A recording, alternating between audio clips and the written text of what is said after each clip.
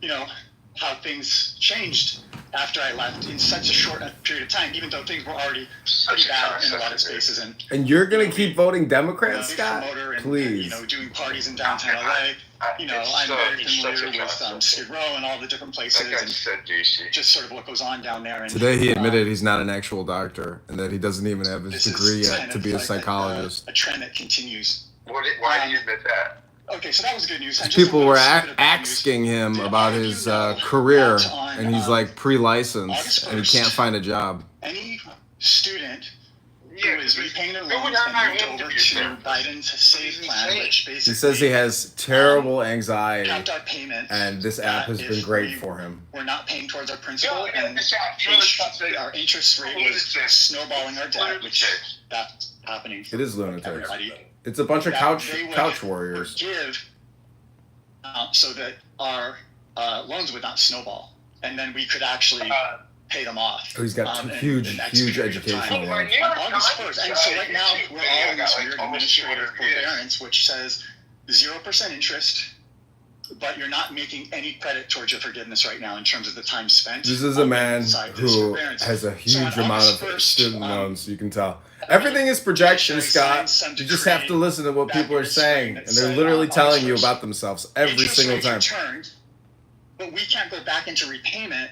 Everybody's a narcissist. They just talk about themselves. The federal government and the education department complete disarray, and they can't get us into.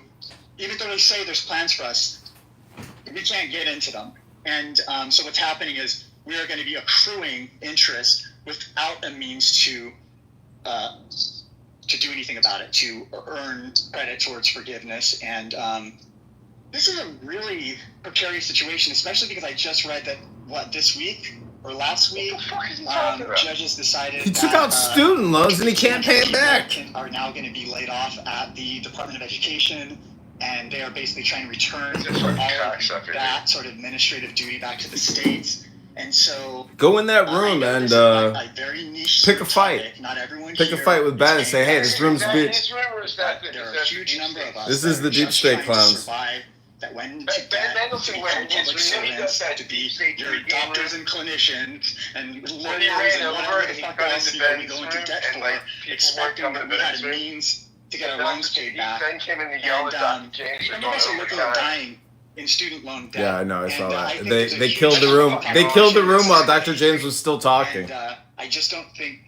I'm really feeling sort of dragged down by all of this because because it's affecting me, and so self-interest dictates that I'm going to notice it. Yeah, but, it's affecting me. I just wanted to throw that out there, just in case you.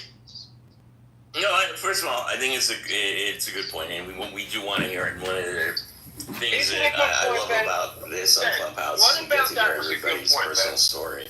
Now, with that said, I have one of my sons still has about $10,000 outstanding that he would have. They would have forgiven him because he's now 40 years old, so the debt is like almost 20 years old. So they would have been forgiven within the Biden plan. But and he's overseas and he doesn't give a shit. It's like he's like the thing is, hopefully, and I am an optimist about this. I think by the time 2028 happens, that there will be a reversal. And so if we can stick it out for 3 more years, I think that the Democrats will be back in power, and they'll be not only addressing this, but I think they're going to use it as a campaign element. Campaign topic, which I think could be effective for young people. It's not just young people. My kid's 40 years old, so it's not like he's a young person. So it's definitely an issue, but I do think that this is not a permanent. A lot of the stuff that he's doing is so outrageous and so destructive, but it's not unfixable. I mean, it's like 3 years from now, we can start rebuilding and putting things back the way they should be. So I'm glass half full there. Okay, Scott. Anyway, I'll talk to you on the stage here. Oh God, goodness, we have Stephanie and Rick. Stephanie. How are you? What's up with you? Hi there. Good to see you.